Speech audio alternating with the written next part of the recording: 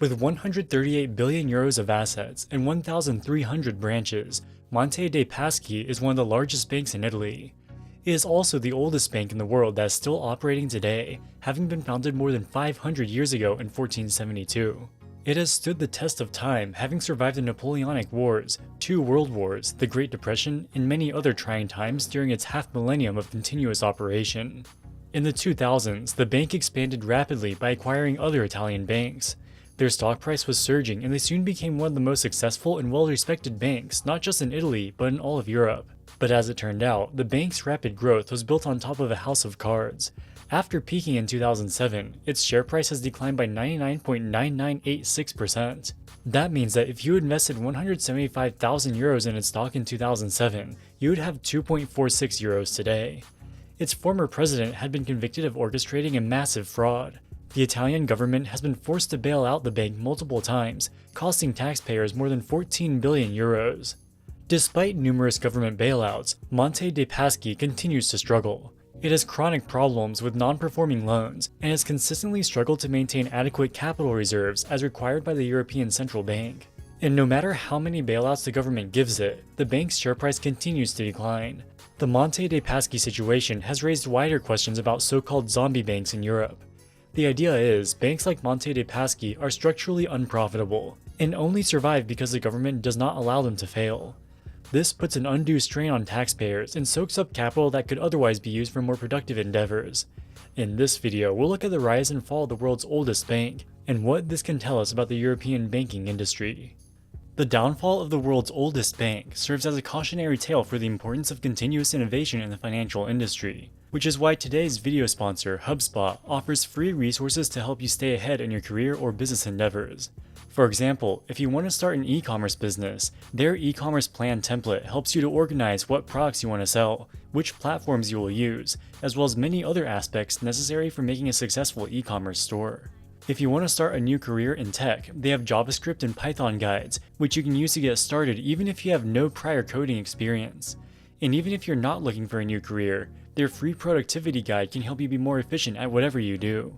I personally have seen my script writing and video editing productivity increase tremendously after implementing the Pomodoro technique of splitting up my work into 15-minute chunks and rewarding myself with a break in between. All the resources I just mentioned and much more are available 100% for free, and you can check them out by clicking the link in the description below.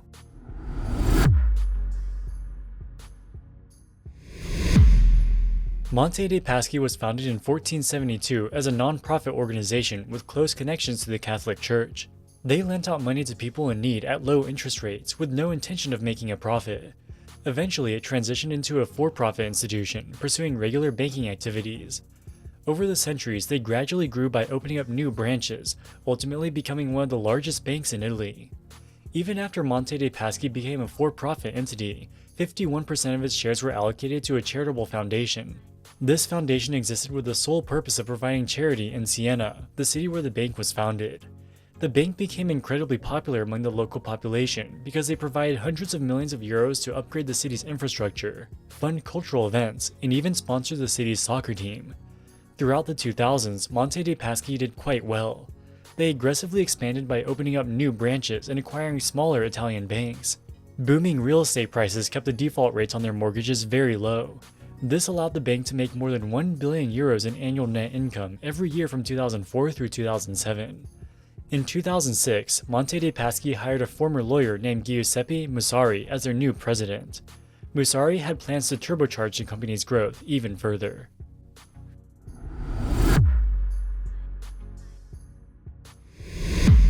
Antonveneta was the 6th largest bank in Italy in 2007 with about 1,000 branches.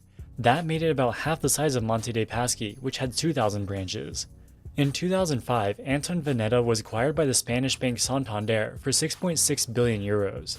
In 2007, Monte dei Paschi offered to buy Antonveneta from Santander for 9 billion euros, 36% higher than what they paid for it just 2 years prior. This is also the largest acquisition that Monte dei Paschi made in its history. Santander was shocked that Monte dei Paschi was willing to pay them such a high price and immediately accepted. In their own words, the offer was so good that they simply could not refuse. Antonveneta had been steadily losing market share over the prior years, and the €9 billion purchase price was more than 26 times its annual earnings. They were paying a premium price for a low-quality asset. Remember that this deal happened at the height of the housing bubble in 2007. Default rates were low, and Monte dei Paschi was making record profits. They seemed to think that the good times would continue indefinitely. The Antonveneta deal was very expensive. Not only did they have to pay the €9 billion purchase price, but they were also on the hook to inject a further €10 billion into Antonveneta to meet regulatory capital requirements. This massive capital commitment stretched the bank extremely thin at the worst possible time, right before the 2008 global financial crisis. The 2008 financial crisis was a disaster for the financial industry, and especially Monte dei Paschi. The bank disproportionately lent to the real estate and hotel industries, which were hit especially hard by the crisis as real estate values plummeted. As many of their borrowers defaulted, Monte dei Paschi was on the hook for a multi-billion euro loss in 2008. This was a major disaster for multiple reasons. First of all, reporting such a large loss would be bad for the bank's stock price, but more importantly, their capital position was already stretched thin as a result of the Antonveneta deal. If their net loss is too large, they could lose compliance with their regulatory capital ratios. The European Central Bank could force them to perform an extremely dilutive equity raise at the same time their stock was tanking. For these reasons, Monte dei Paschi's senior leadership team needed some way to reduce the size of their reported loss. To do this, they would have to get creative with their accounting.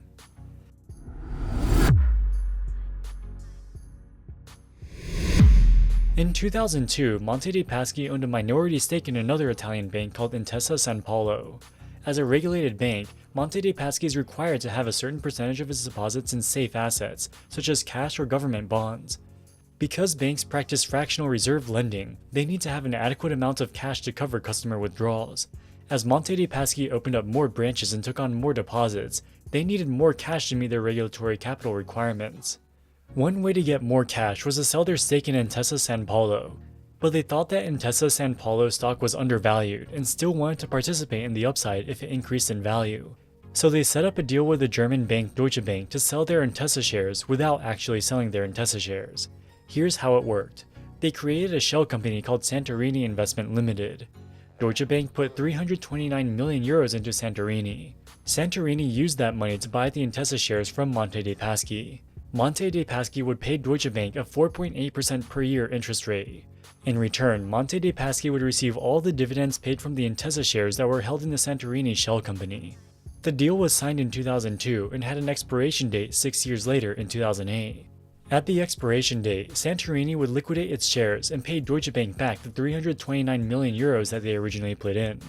If the shares appreciated in value during the time, Monte dei Paschi could keep the gains. But if the shares decreased in value, Monte dei Paschi would have to cover the losses. The net result was to give Monte dei Paschi economic exposure exactly equal to if they had just owned the Intesa shares outright. But by engaging in this convoluted scheme, they were able to hold the shares off balance sheet, which helped them to meet their regulatory capital requirements. The timing couldn't have been worse, with the contract expiring in 2008 during the height of the financial crisis. Intesa Sanpaolo's share price declined by more than 70%. This means that Monte dei Paschi would have to pay Deutsche Bank more than €300 million.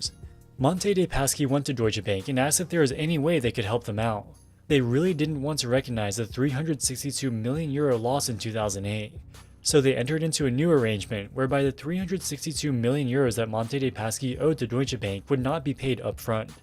It would instead be paid in installments over the course of the next few years.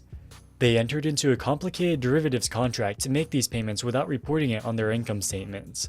Of course, Deutsche Bank wasn't providing this service for free. Under the new scheme, the total amount of money that they had to pay Deutsche Bank increased from €362 million to €429 million. By kicking the can down the road, Monte dei Paschi was digging itself deeper into debt.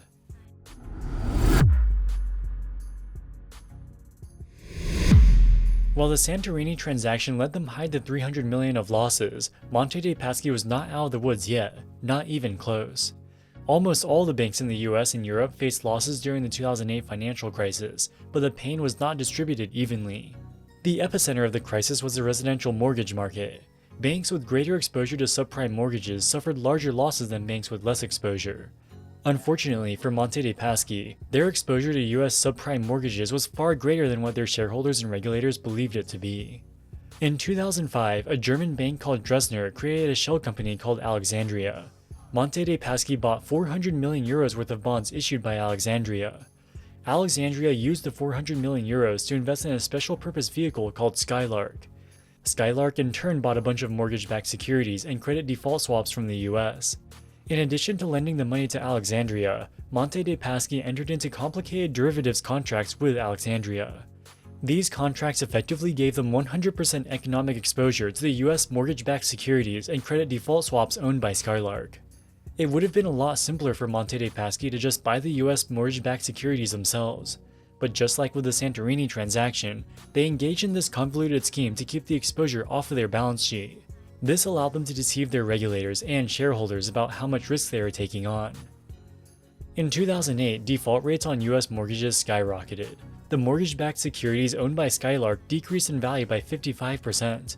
This represented a 220 million euro loss for Monte dei Paschi. They needed to hide these losses, so they set up a deal with the Japanese investment bank Nomura.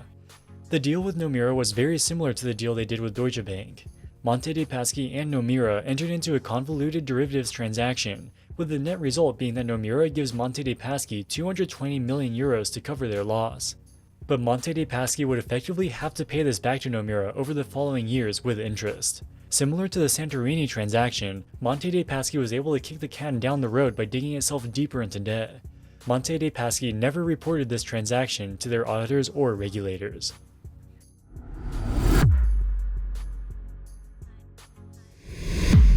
In addition to suffering huge losses on their risky derivatives positions, Monte dei Paschi was also just not very good at being a bank. They were notoriously liberal with their lending policies, giving large loans to people and companies with poor credit worthiness. The 2008 financial crisis caused significant strain on the Italian economy. In 2012, things got even worse with the European sovereign debt crisis.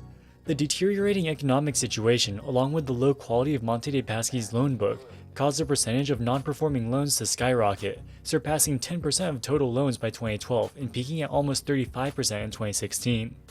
A non-performing loan means the borrower has defaulted. For a bank to have 35% of its loans defaulting is catastrophic. Also, in 2012, a new employee at Monte dei Paschi opened a secret safe at the company's headquarters, which contained a document detailing the Alexandria transaction. The employee was shocked by what he had seen and immediately handed it over to the Italian authorities. CEO Giuseppe Musari was arrested along with other high-ranking executives and given a 3.5-year prison sentence for accounting fraud and misleading regulators. But there was another problem. Even according to their fudged numbers, Monte dei Paschi was already on shaky ground due to the increase of non-performing loans. After adding on the $700 million of hidden losses from the Santorini and Alexandria transactions, the bank was insolvent. Given its size, Monte dei Paschi was a systemically important financial institution. With the Italian economy already under severe stress due to the Eurozone sovereign debt crisis, the last thing they needed was the failure of a systemically important bank. So they gave the bank a €4 billion bailout. The government was able to untangle the fraudulent derivatives transactions and replace the entire senior management team. But this did not solve the problem of Monte dei Paschi's poor lending practices. Extensive job cuts and restructurings were not able to offset the losses from the bank's massive number of non-performing loans. Since 2007, Monte dei Paschi has reported a net loss every single year. In 2016, the Italian government was forced to inject another 3.8 billion euros, and in 2017 they put in yet another 6.6 billion to keep the bank afloat. This brings the Italian taxpayers' investment into Monte dei Paschi up to 14 billion. After receiving so many bailouts, Monte dei Paschi has effectively become a state-owned enterprise, with the Italian Ministry of Finance owning 68% of the outstanding shares. But this has been a disastrous investment for the taxpayers. Based on the current share price, the Italian government stake is now worth 2 billion euros. This represents an 85% loss in their 14 billion euros of bailouts. Over the past few years, the Italian government has been trying to get this mess off their hands by selling Monte dei Paschi to another Italian bank. But thus far, all of these attempts have failed. Nobody is interested in buying a money-losing bank with such a troubled history.